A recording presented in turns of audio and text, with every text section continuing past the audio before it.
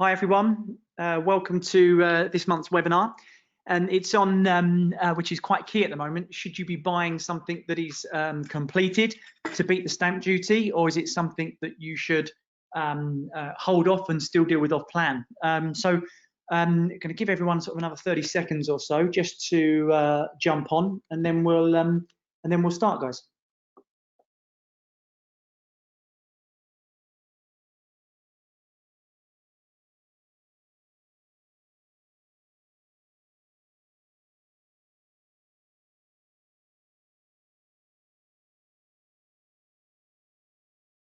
So we seem to be pretty much there. So welcome, guys. Hope everyone's well. Hope everyone's safe and well and having a nice start to the week.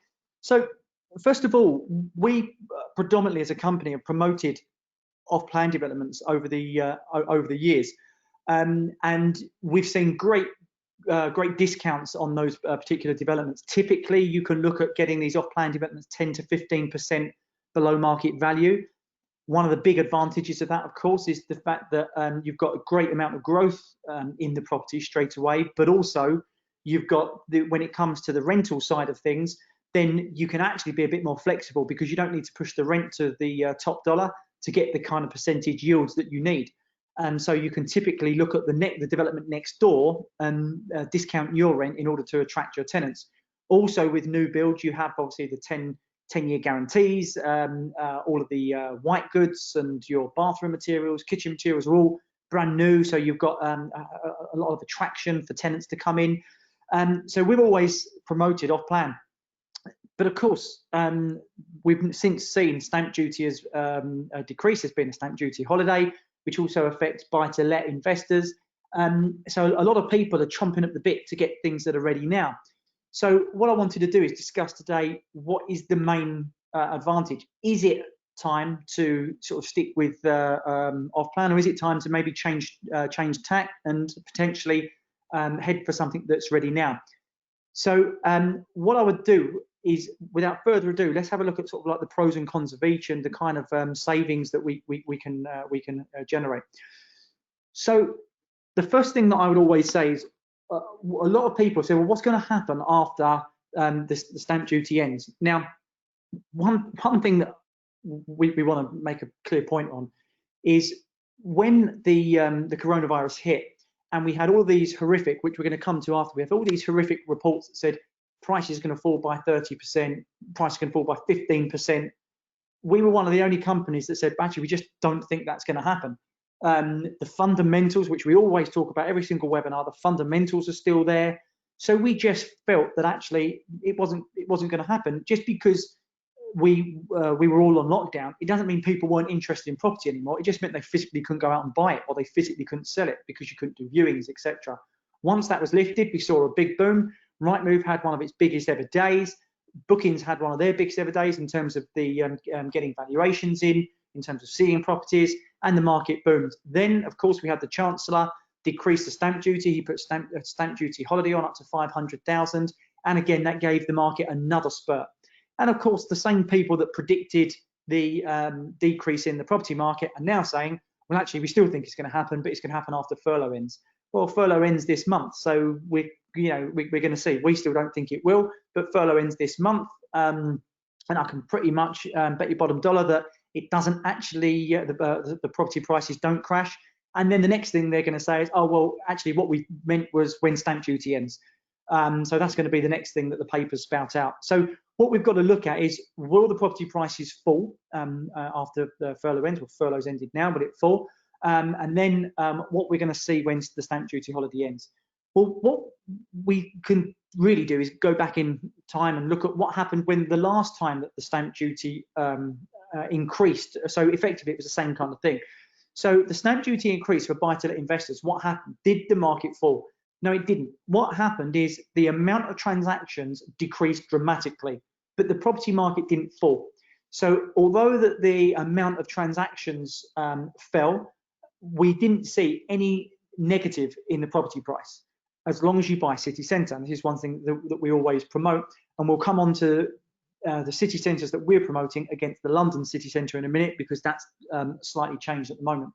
But as long as you're buying the right properties in the right locations, you will always have a great rental property. There's no getting around that. You're not going to suddenly have a mass exodus from one particular area.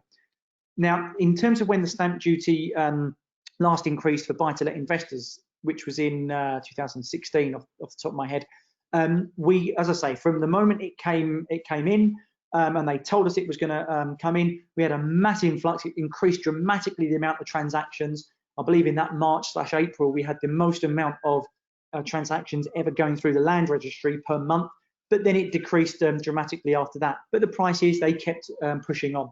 So do we think after the stamp duty holiday ends, the prices are going to decrease? No, we don't. That's the bottom line. We just don't think it will.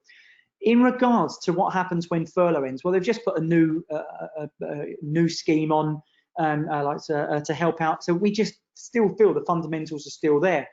Banks are still lending. Yes, it's a little bit trickier.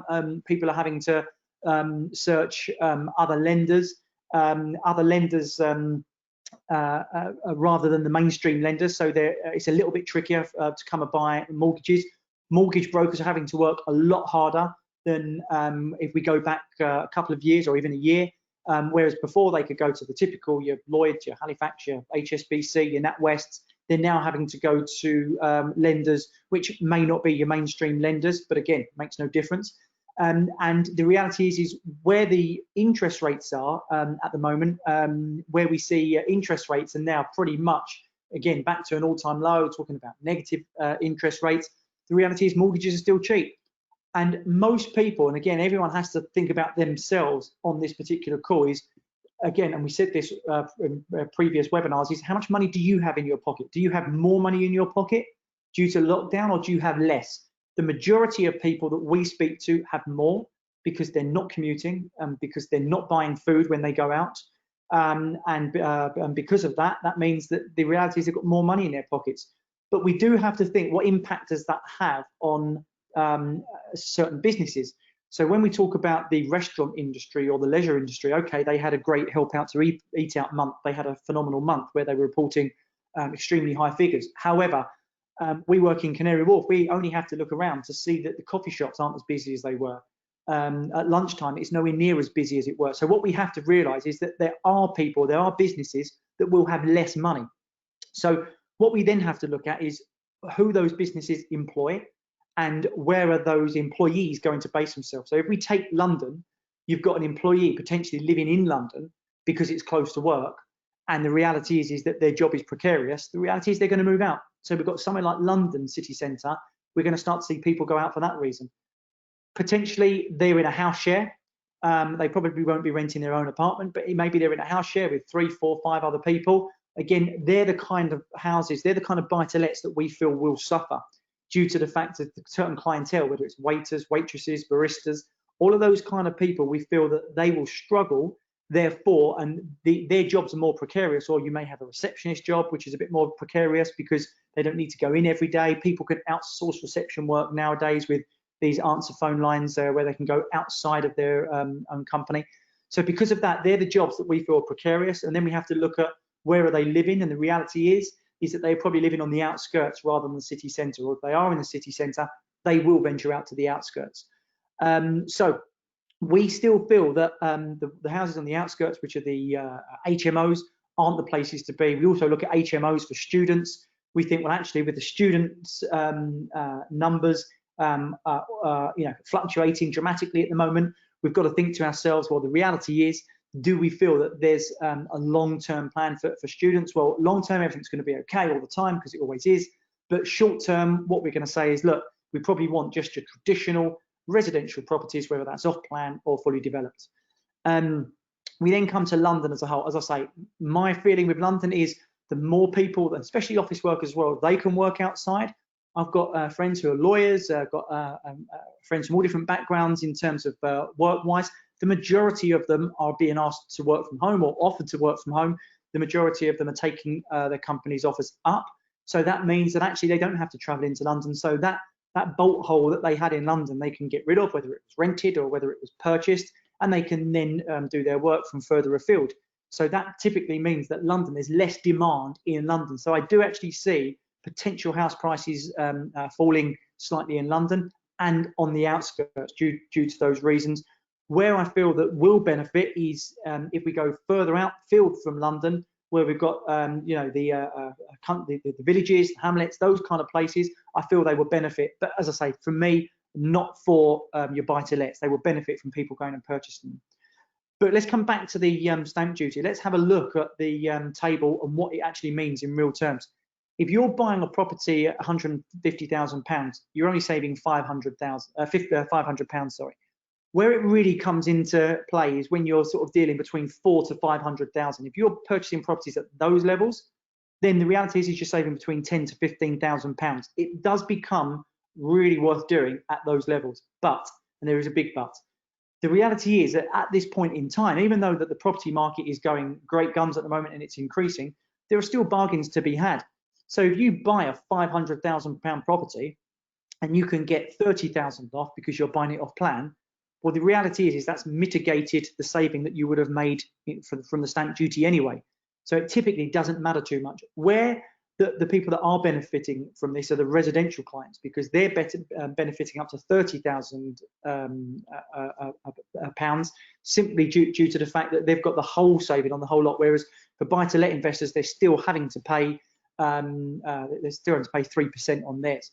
So what I would basically look at from your perspective is, if you've got a £500,000 property and it's equal a £500,000 property ready now or off plan, you go with something that's ready now because the saving is there. But if it's something where you can get a discount on anyway, honestly, it doesn't matter. The saving is going to be mitigated by the fact that you've already got a discount on the off-plan property. So it doesn't mean you have to change tack. However, if we can find ready now properties which are also discounted, then 100% that's the way to move. So what we've been looking at over the last sort of 3 or 4 months is properties that are ready now, heavily discounted, and we can also save on the fact that we've got them ready now, therefore we can save on the stamp duty. So as I say, is it worth making a purchase on a ready now property or waiting for an off-plan? Depends on the discount that you get on that off-plan property. It's as simple as that. As we then head to the lockdown rewind, as we said, during this time, this is where we had the horror stories. These are all taken from newspapers. 30% market crash, 7%, 16% decline. We've got a webinar which we'll put in the comments at the end. We did that webinar, I believe it was sort of mid-April, right in the heart of the lockdown, and we said it wouldn't happen. We predicted that property prices wouldn't fall, wouldn't stall, and again, it's proved that they haven't. Again, I think that outskirts now will. I think that the outskirts of certain cities, again, not London as we spoke about, but the outskirts are going to struggle slightly, especially in areas, in more run-down areas where you've got house shares and where people are a bit more vulnerable in terms of their jobs. Those places I do think are going to decline slightly. But I think if you get something that is in city centre where people still need to be, I think you're not going to have a problem at all outside of London, mates.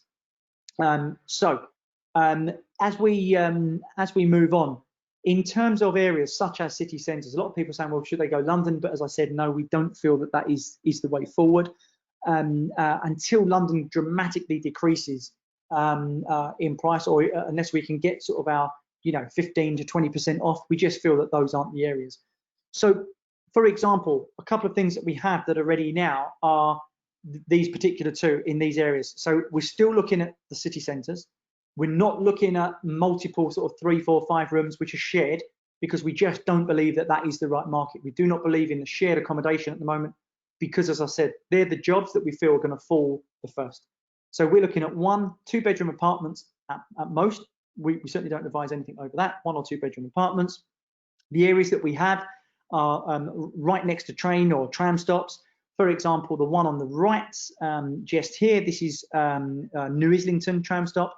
There's 2 mill developments there. One we're pretty much sold out of, Vulcan Mill. We have a couple of units in the other development, which is Albion Works, both heavily below market value. Typically, they're going for sort of like 230. We're getting them for closer to the 200 mark, so about £30,000 off, so over 10% off.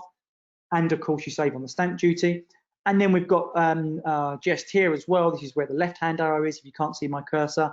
And that there is M1 prime location, typically £400 to £500 a square foot. Normally, we're getting these closer to the 250s, even coming down to what I think one of them sold 210 a square foot. unbelievably great value.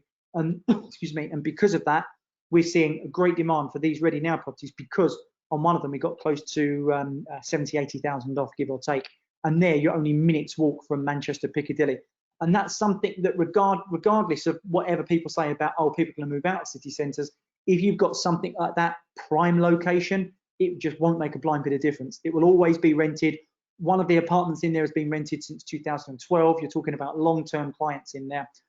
So you won't have any issue at all in terms of getting those rented. And again, all of the apartments that we've got are already tenanted and already rented out. Just to give you an example of both of them, this is the first one. This is the one to the left-hand side, I should say. This is the M1. You can see here, again, this is an example rental, 1,200 a month. They range from 1,200 up to 1,700, depending on the apartment. And the apartments sell for 320 up to 370 in terms of what they've sold for. But we're getting those apartments at 370. We got for give or take around about 290. So we know that there's a great deal to be had in these particular developments. And again, if we can get bargains like that, ready now properties, we're actually getting saving the stamp duty as well. If we head over to Vulcan, and Albion Works is very similar. An example on the right, sold for 230,000, rents out for 945. And again, this is something that we can get closer to the 200 mark. Again, 30,000, 25, 30,000 saving. Plus the rents we feel are a bit low in terms of what they're generating. We feel that the letting agent's been pretty lax. So we feel that they should be pushing the £1,000 mark in this particular area. So overall, the main crux of this webinar is just to say, look, is it worth doing? Because we've had so many questions from people asking, is it a case of, is there a definitive answer on, is it worth buying something now or off plan? No, there's not. We still recommend off plan being a phenomenal investment. However, if you can get all the benefits of off plan, which are great developments for a discount, and add that to the fact that we can get stamp duty savings as well, 100% ready now is worth going for. But if you're paying market rate for it and you're not saving any money, typically the stamp duty saving will be negated from what you can save in the off-plan development. And as I say, it gets interesting when we can see developments or developers, I should say, offering great discounts. And that's what we're pushing for at the moment. We're trying to get those things that are ready now, already generating rent, and getting discounts on the actual developments as well. If we add all that together, we've got a great deal. We've got a great bargain, which we're really recommending people should go for. Do I think the market's going to fall? As I say, just to recap, no, I don't. I think it's going to slow down, definitely. I think the more run-down areas are going to fall. But I think overall, you've got a good enough property. You're buying a great location. Location is always key. You get great location, you've got long-term great yield and great growth. I just feel that the outskirts is where things are going to struggle, in the more run-down outskirts. So we would advise you still stick to the plan, stick to the city centre, again, bar London, and again, you're not going to go too far wrong at all. And overall, as I say, we feel that with everything going on in the world at the moment, property is still your safest bet. There is still a huge amount of nervousness about the stock market, especially the UK market, due to a number of factors. The UK stock market has not recovered anywhere near what the German stock market has done or the US stock market has done.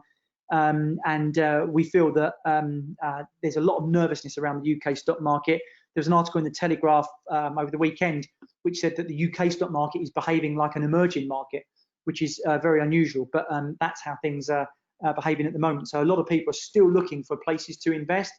And the reality is, and what we say to all clients is, even if the property didn't move anywhere in terms of growth, if you bought a property now and it didn't do anything for 5 years in terms of your growth, the reality is the income that it's generating is probably still going to beat your what you're going to get in your savings rates.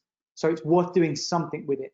And where a lot of people, what they fail to realise is, if they've got £50,000 worth of savings, or whatever it may be, they can actually buy a £200,000 property. So their income is on the 200,000, and your growth, should there be any, is also on the 200,000.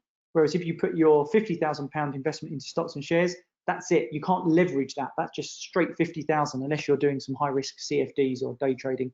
But typically you put £50,000 into the stock market, that's what it is. It goes up 10%, you make 10% on your 50,000. if you put £50,000 into the property market and it increases 10%, or it's increased 10% on your 200,000, because that's what you've leveraged. So you've actually made £15,000 more just on your growth. So as I say, there's some great opportunities out there, both off plan and ready built. With what we're getting at the moment, we're saying that it's great opportunities to buy ready built because we've got the combination of stamp duty saving and discounts from the developer. So there's some great opportunities and great ideas to be had, which are already tenanted and already paying an income. So without further ado, all over to you guys. Any questions at all? Anything you need, just ask questions. I think there's sometimes it's a speech bubble. I get this wrong all the time, but speech bubble or a question mark on your screen, and you can type and ask any questions you want. So excuse me. Okay. I'm unable to see the screen due to being at work. Do you have a YouTube video of this? Yeah, all of the webinars, guys, go on our website after. I'll send a link to everyone after this webinar, and they will all go onto our website within a couple of hours, so you can see the historic webinars on that. Next one, is it worth incorporating and transferring your one flat into a company and using the stamp duty relief to buy a bigger house? Really difficult to answer because I don't know your circumstances on everything else. Typically, if you are thinking about transferring, let's just talk about transferring first, not purchasing, but transferring. So you've already got properties in your name, for example, buy to let, which I'm assuming that you're saying. You're thinking about transferring that into an incorporated company. Then if you're going to do that, due to long-term tax savings, my advice would be to think about how long you're going to hold it for. If you're going to hold it for 10 years, work out how much tax you would pay in your personal name, work out how much tax you would pay in your company, and then work out whether that's worth doing due to what you save in the stamp duty. So for example, if you're going to actually save £10,000 by incorporating it into your company, and it's actually only going to cost you £3,000 to stamp duty to transfer it, of course, you're still 7,000 up. But if you're going to save £5,000 from the transferring of the asset into the company name, but it's going to cost you £6,000 to do that transfer, then forget it, keeping it in your personal name. So if you're going to do that as a transfer, that's one thing you have to take into consideration.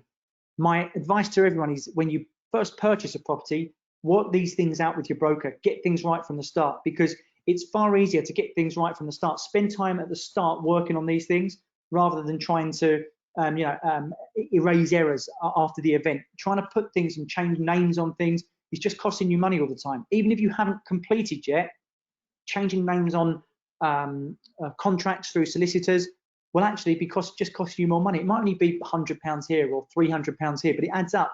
And suddenly you've got a £2,500 bill from your solicitor instead of a £1,000 bill. So if you get things right from the start, then again, that's something we can discuss with a broker. You'll be good to go. Next question, in regards to the properties that are ready now, how do we know that they're going to stay rented? Well, good question. You don't. That's the reality. You don't. What we typically have with anything is we have the contract value that's left, so we will know how long that tenant has been in there, how long is left on their tenancy, so we can actually advise you and say in regards to this particular unit, there's still 9 months left on their tenancy. We can let you know what they've been like. Have they been good payers, bad payers? All of those things we can take into consideration. But it really comes down to the key. What we look at is what are things like in the area. So again, as we go back, and I don't know if it will say it on that particular one in Vulcan Mill, but this particular rental example, so this rental example here, it was added, as you can see, bottom right. So the first picture, the bottom right, because I don't know if you can see my cursor, it was added on the 10th of September. And the reality is 10th of September it came on, a few days later it was rented. So two things that tells me is, one, that the area is popular for rental, and two, the rent's too cheap. If it's renting out within days, it's too cheap. You typically want to see they say the average is 7 viewings for every 1 let. So if they've just taken one person in, shown them around, that's just lazy. That's just a lazy agent. Whereas what we would typically look at is to show 7 to 10 people until you get one let. We've got a development just behind that, 1,200 for a 2-bed, and it rents. Rents no problem at all. So what we would actually be saying is that the rent's too cheap because it rented too quick. But what it does tell us is that there is definitely movement in that area, and definitely room for the rental market. Let's have a look. Are there delays on off-plan properties during the current situation, and may this have an effect on the long-term price of the property? So if the property market crashes, yeah. So look, we can never, I might sit here and say I don't think it would happen, but I can't sit here and guarantee it. It might do. Someone has to be wrong. The people that believe it's going to go down, potentially they could be right or wrong, and I believe it isn't. I could be right or wrong. So it's just my belief from what I've seen historically, and what I know that the interest rates are going to be over the next 5 years, which is not some insider knowledge. It's what the US has stated. It's what the UK have stated. That interest rates are pretty much here to stay. So I believe that things are based on fundamentals. But let's say that the property market did decrease. Your question is also, are there delays to off-plan? Yes, there have been. There have been delays to off-plan properties, typically because a lot of companies haven't been able to get on site over the past, during the lockdown period. And then, of course, it wasn't as if lockdown got lifted and they were back on within a day. It took time to do things. For example, they had to have tape everywhere that was social distance. They had to have toolboxes where someone went and put a drill in the toolbox, they sanitized it, the next workman went to pick up that tool, and little things like that. So everything is taking longer to build as well. It's not just a case of they're back on site and everything's full steam ahead. Everything's taking longer because there are certain structures and procedures in place that they have to adhere to. So things are taking slightly longer. But despite that, we've also got the benefit of they can have 2 teams on site, because typically you'll find a builder will work, let's say he starts at 8 in the morning, they're done at 2 or 3. But then you can get a new team on site at 3 who can go through till 8 or 9. Because of the laws that have changed, they've allowed sites and construction sites to actually work, start earlier and work later. So we've got one particular development in Liverpool. They've got 2 teams on site, so they're actually looking to finish. They originally look about March, April next year. They're actually looking at now January because they've got 2 teams on site. So will it have a long-term effect? No, I don't think it will. I don't think it's going to have a long-term effect, things being delayed. But in regards to the property market, you mentioned about the property market crashing. Again, I don't think it will, but we don't have a crystal ball. That's just my gut feeling. I don't feel the fundamentals are there. Even if we looked at all the jobs that are going to be lost, and there will be jobs lost. There are going to be jobs lost at the leisure industries, the hospitality, the eating out industry. We know that, but we've got to look at where are we advising our properties to be. So I think that the outskirts are going to fall, where these people are buying these, say the more run-down areas or certain houses, but I don't feel the city centres will. So sorry, back to the incorporation question. If the one property I have is in my name and moved to the company, I will be eligible for the stamp duty relief, and I wouldn't have to pay the additional property surcharge, even though I'm the key shareholder in the company. Well, that's okay. No problem for the question. It depends on how many properties you own. If it's your only property, then yes, you're right. You're exempt from everything. But if it's your additional property, if you already have a property that you live in and you're talking about your additional property, then no, you will still have your 3% surcharge. I hope that helps. If one sign of property that was planned to finish during the stamp duty tax holiday but is delayed until 2021, then the benefit of the tax holiday will be lost. That's correct. There are ways around it. What we've had a couple of clients do is actually complete. You can complete on a property without actually the property being completed. I know it might sound ridiculous, but you get charged stamp duty upon completion. And that's not completion of the property, that's completion of your contract.